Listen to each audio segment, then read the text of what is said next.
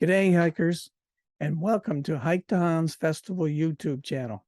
My name is Tom Wilson, and I'm the host for today's show.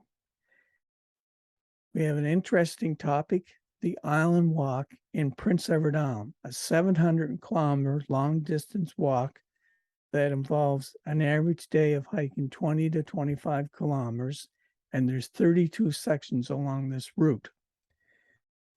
It's one of Atlantic Canada's newest hiking projects, and we're pleased today to welcome Bryson Guptill, who's the ambassador and helped create this walk back in 2019. Welcome, Bryson. Well, thanks, Tom. There's a fairly short story about how we actually got going on this walk. We had done a couple of major walks in Europe. First one we did in 2016 was the Camino Francais, 800 kilometers from France into Spain and to Santiago de Compostela. It took us a little over a month, and we really enjoyed the walk. We had a great experience.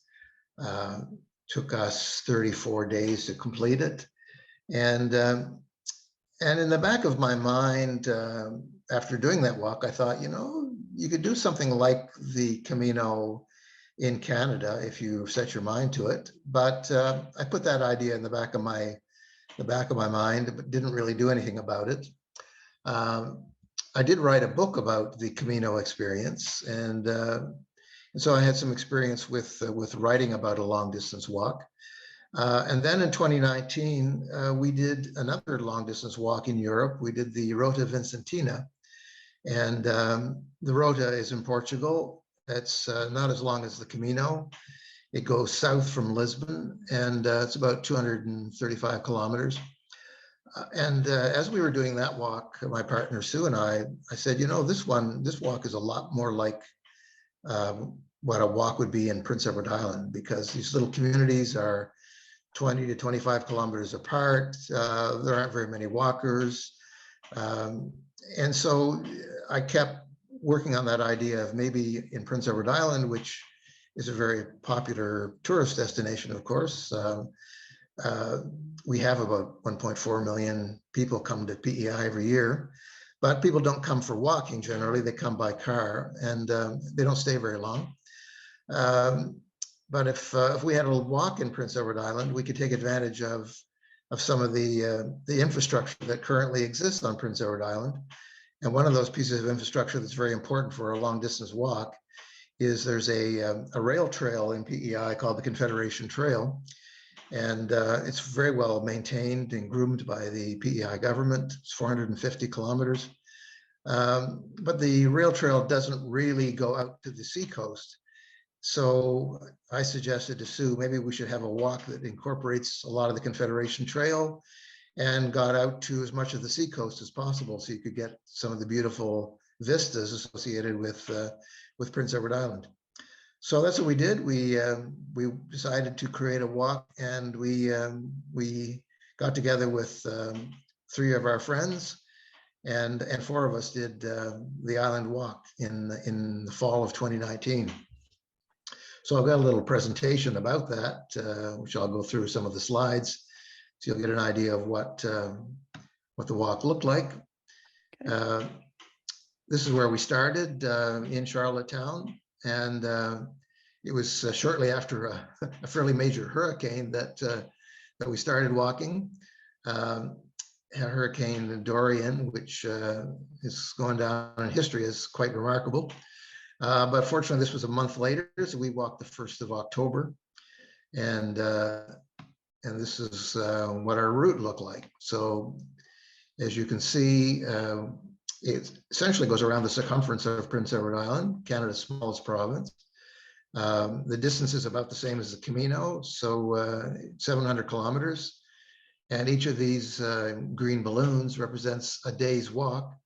So we walked from 20 to 25 kilometers a day most days, and we walked around the circumference of the island. So on October the 1st, we set out, and this is what the Confederation Trail looks like. It's a well-groomed trail. It's got a gravel surface. It's for non-motorized use, so we're fortunate we don't have to share it with any motorized vehicles. And it's used primarily by cyclists and walkers. So this is a Confederation Trail heading north. And the other feature of Prince Edward Island is lots and lots of dirt roads, red dirt roads, we call them. And they're through a canopy of trees. Leaves are starting to turn color. So it's quite spectacular in the fall, but beautiful as any time of year. Spring is very nice as well. So this is what our walk looked like, the first part of it. These are the four of us that did it. And this is in the background. If you look hard, you can see the Confederation Bridge, which is our connection to the mainland, 14 kilometers across the bridge. And you can see from our attire that we were dressed for the fall. This year, we've had a lot of people walking it in the summer months, starting as early as May. And also a feature of walking in the fall in Prince Edward Island is it's the end of potato harvesting season. So there you see a potato harvester down the road. We're walking along towards the seacoast in Miminigash, and on that particular day, we're walking on the shoulder of the road. There is some road walking on the island walk. About a quarter of the route is secondary roads, and this is what the roads look like in PEI. So I skipped over a slide there, which I might be able to go back to if I can figure out how to do it. Yeah, there we go. So the northern tip of PEI looks like this. This is North Cape, another red dirt road, as you can see. And at the end of North Cape, there's also a boardwalk. So the route takes us around the island using as many existing trails as we can use. And this North Cape walk is Black Marsh Trail is one of the trails we use. And the quote here from Nora, our walking partner, is the best day yet. And Nora said that, by the way, every day. So every day got better. Yeah. This is what North Cape looks like. And then we head around the island so that we're back in the Summerside a couple of days later. We met another walker that day. The woman with the backpack on had walked the Confederation Trail in both ways, which is a long walk. So she was doing the island walk with us from that point onward. And this is what the fall looks like as we continued around the island. This time we're heading towards Elmira, which is the other coast of PEI, the eastern coast. And you can see by that time later in October, the leaves have pretty well changed color. And we walk around the tip of the island. I highly recommend there's an alternate route that takes you out to the seacoast. And there are two major beach walks in this part of the island, one of them to East Point and the other one along the beautiful white sand beach at Basin Head. Very deserted by this time of year, but if you did this in the middle of August, as some people were doing recently, you'd find probably about 20 kids jumping off this bridge, which is the popular thing to do in Basin Head. Yeah. And further along on the island walk, as I mentioned, there's some road walking. This one is a quiet secondary road near Murray River.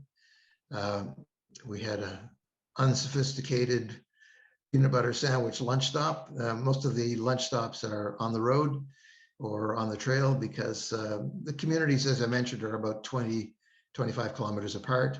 So often there isn't a place to stop in the middle of the day. This is what our lunch stop looked like. And you can see we also had a number of other folks joining us at this point. And our final day into Stratford was just on the other side of the bridge in Charlottetown. And you can see by that time we had 17 walking. And some, as you may notice from the photo, are dressed in Halloween attire because it was the end of October when we rolled back into Stratford. That's right. And the trail, we keep improving it. So this road walk is no longer part of the route. We're able to go into the town of Stratford along an extension of the Confederation Trail now, and use some of the existing trail system into Stratford. So we avoided another 20-kilometer road walk that day. And this is our celebration at the park, Joe Gibbs Park in Charlottetown. And on the right, you'll see our map of the route and the daily distances covered. That route is now part of the official the Island Walk route, and it's also going to be featured by the Prince Edward Island government on their list of hiking trails in PEI. So it's a hiking trail and also a major long distance walk. So since 2019, what have we been up to? Well, we haven't been sitting resting on our laurels. We've tried to get more information out about the Island Walk. We developed a logo, as you can see from this, and this is what the logo looks like. And we've been getting a lot of interest, international interest in the Island Walk, and a lot of new walkers. So since then, we developed an interactive website with a lot of information, frequently asked questions, that sort of thing. So you can you go to the website and get virtually any information you want about where to stay and transportation options if you don't want to do all the walk. And we also have in the website the 32 sections, the 32 days that we walked, are described in detail, and you can click on any of the sections and get more specific information about what each day looks like. So that's where we were leading up to 2022. Last year, of course, we had a pandemic in there, which slowed down people coming to the island. The island was locked down in 2021. But we did manage to get 50 walkers last year at the end of the walking season. And this year we now have at least 300 walkers doing the walk. May started 1st of May, June, July, and August. We've had about 30 or 40 every month. And in September, we're getting a big influx this month. We expect more than 100 walkers. And how do we know these numbers? We have a voluntary registration process. So the 300 are people who have registered, but there are quite a few people who haven't registered and they're still doing the walk. So 300 actually underestimates the number of people who are coming here to walk. And they've been reading about the walk in National Geographic, in the Globe and Mail in Canada, in Travel and Leisure magazine in the US, and recently in the BBC Travel, which in the UK, it just did a recent article about the Island Walk. So we've been getting a lot of international interest, and about a quarter of the walkers now are from the US, and 3/4 from Canada and elsewhere. So a lot of international interest, and a lot of Canadians who are doing the Island Walk as an alternative to doing the Camino primarily. So what does the Island Walk look like when you're doing it? As you can see from this, we have signage posted at every turn along the way. This is another one of our secondary roads. You turn left to here on the McKenna Road just ahead, and this sign points to where the turn is. About 150 signs in total.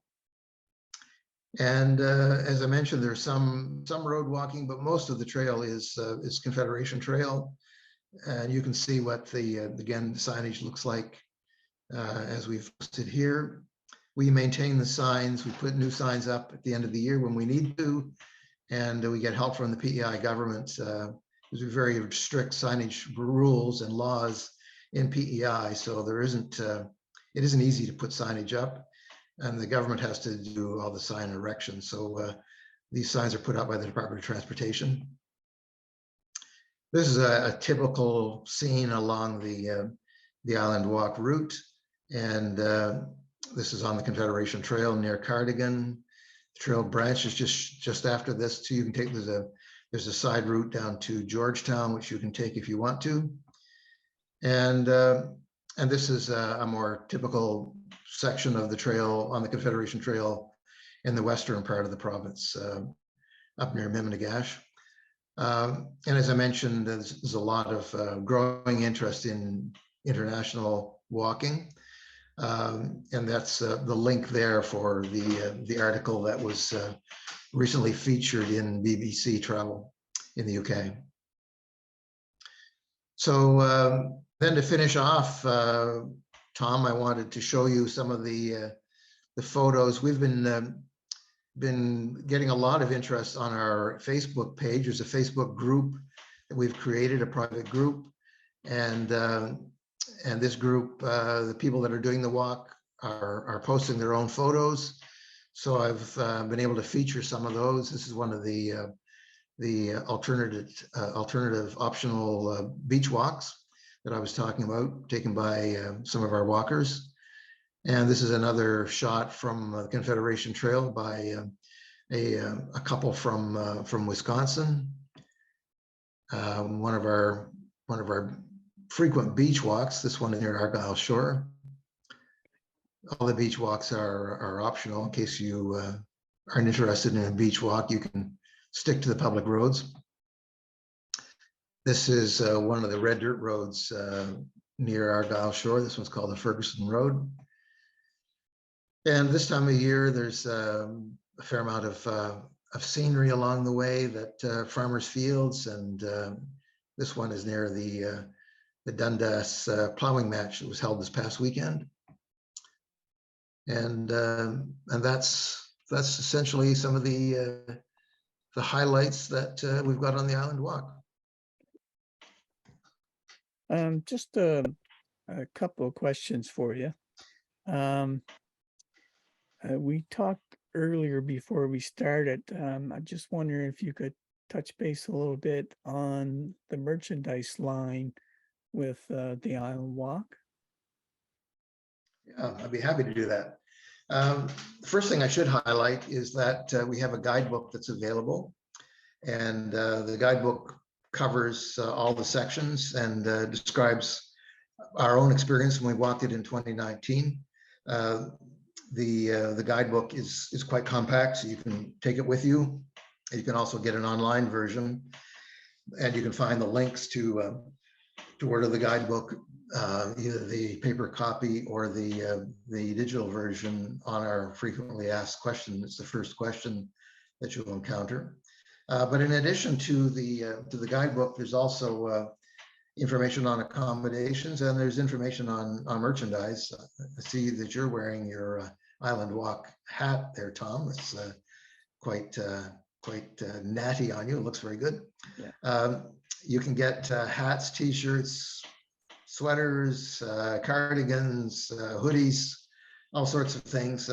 Nice feature of this is you can order it online, and our supplier, who's based in Charlottetown, will actually put it in the mail to you and send it to you, so you don't have to worry about actually going to the store. The store is an online store, and there's lots and lots of choices. So there's lots of merchandise available, a very good selection, all of it featuring the Island Walk logo. So that's one of the other features. And the other thing that people have asked us about that I should highlight is you can get, just like the Camino, you can get a passport from us that also has the Island Walk logo on it. The passport you purchase in advance and get it stamped by our accommodation partners along the way. When you have it filled up with stamps, you take a screenshot of it, send it to us, and we will send you a Compostela, a certificate of completion, which is very nicely done and suitable for framing. So you can print it out at home and get it framed up and add it to your collection of long distance walks that you've completed. Yeah, and I think all those little things that you bring to the package are important, because I know in UK they have sort of the same thing where they'll print up certificates for you When I did the Adrian's Wall in UK, in England, they had a passport book where you got stamped. I think there was 6 stamps for the whole thing. And it's just a little souvenir to remember the walk that you did, and hopefully lots of good memories of the experience. To date now, I know you may not be exposed to all the data, but I'm just curious how the hikers are starting off. Are they doing more week or 2 week experience rather than the whole month? Or is it weekend experience, or how does it work for the people that've done it so far? That's a good question. I'd say in the first year, 2021, we had a higher proportion of long distance walkers. At that stage, you weren't able to walk the Camino. So people were coming here and doing the island walk as a substitute for the Camino. So we were getting a lot of North Americans who wanted to do a long distance walk and wanted to do the whole thing. So we had 50 people walking last year, but 25 of those did the whole walk. This year we have a larger number of people walking, so we have about 300 people walking. But so far we've only got about 10 who have completed the whole thing. So, but it looks like September is going to be a bigger walk, a bigger month for people who want to do the entire walk. So I expect by the end of September we'll probably have 20 or 30 people doing the entire route. But the most popular thing this year is to come for a couple of weeks and do sections. And some people are doing like the eastern part, and we'll come back next year and do the west. And some are doing the western part first, and we'll do the east. So we're getting those kinds of combinations. And we're getting some people doing segments who are not doing the entire walk, but don't want to do some of the road sections, for example. So they're high grading it, if you want, or doing parts that look like might interest them more, trying to pick the best scenery. And that's quite easy to do this year because we have a lot more transportation options than we did last year. So not only do we have B&B operators coming to pick people up, which is kind of the most convenient thing for walkers. If you stay with somebody several nights, they'll often offer you to pick you up and drop you off in the morning, so they can get you for more than one night's accommodation. So that's very popular. But there's also a rural bus service in operation at PEI this year for the first time. So that rural bus will pick you up along the route, and the bus is quite inexpensive. So it's only $2 to take the bus. So a lot of people are taking advantage of the bus. It only operates during weekdays, so you have to do a little bit of finagling to make it work for you. But if you're on a budget, the bus is a very popular option. Yeah. We over here in Victoria County in Cape Breton, we have the same sort of bus situation where it only works Monday to Friday. I'm curious why they don't think people would want to travel on the weekend. But anyway, it's a start. Like I'm sure many people that in rural PEI are saying this is good that we are able to have this type of service. Ours is a little more expensive. I think ours is $5, but it'll take you to, say, from Ingonish to Sydney and back, which for $5, that's not bad. Yeah. But it's really needed, especially in rural PEI, rural Cape Breton, wherever you want to talk about. Certainly transit, it's a good thing. And then for hikers, it's a really good thing. I remember I did a hike. It was called Penyafan. It's a mountain in Wales in the Brecon Beacon National Park. And there just happened to be a bus stop where I was staying the night. And it took me right to the start of the hiking trail, which is really nice because at that time I didn't have any wheels. when I was over there, because I had planned it so that I would either take a train or a bus to certain situations. But that was so nice that I could actually take a bus in the morning right to the start of the hiking trail, and also get picked up by another bus and take me right back to where I was staying. Right. So all Yeah, those, it's very convenient, very yeah, convenient. We're thinking about taking it to get to the ski hill in the winter. So 'cause one of our cross-country ski operations is in the eastern part of the island. It's a yes, long drive, but you take the bus, it's a pretty good deal. it is, yeah. And those are all important pieces of the infrastructure. Is how do I get to my place that I'm staying that night, and how can I go for a week or two and come back to where I started out as well. And So another all feature that I wanted to mention to you, Tom, is in the first year, and even this year is our first full year, really. Um, People are staying primarily in B&Bs, but we've had a lot of inquiries about is it possible to camp? Is it possible to find accommodation for less than what you'd pay at a B&B? And that kind of accommodation is building here. We have our first albergue or hostel operating now this year, and the price point is around $50. So that's a little better than a B&B, not quite as luxurious, but still very nice. And another one is being built this winter. So we'll have, I'm hoping, 2 albergues in the mix next year, and others coming along. So glamping is something else that's becoming popular in PEI. So yeah, people are finding ways to camp along the way at yurts or other options. So the options for accommodation are growing as the walk increases in popularity.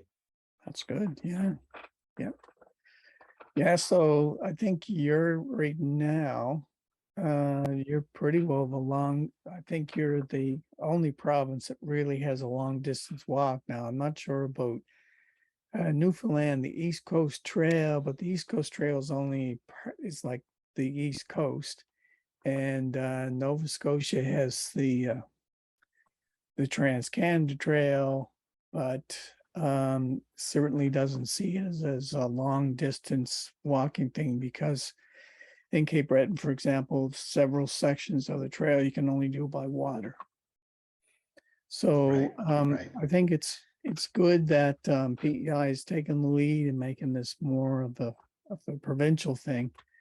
And with the increase that we learned from Ann Worth, who was promoting the balance of what nature brings to your life, I think you're going to see more and more people walking. Certainly, it's shown in Nova Scotia with Hike Nova Scotia that the pandemic has increased the amount of people hiking nowadays.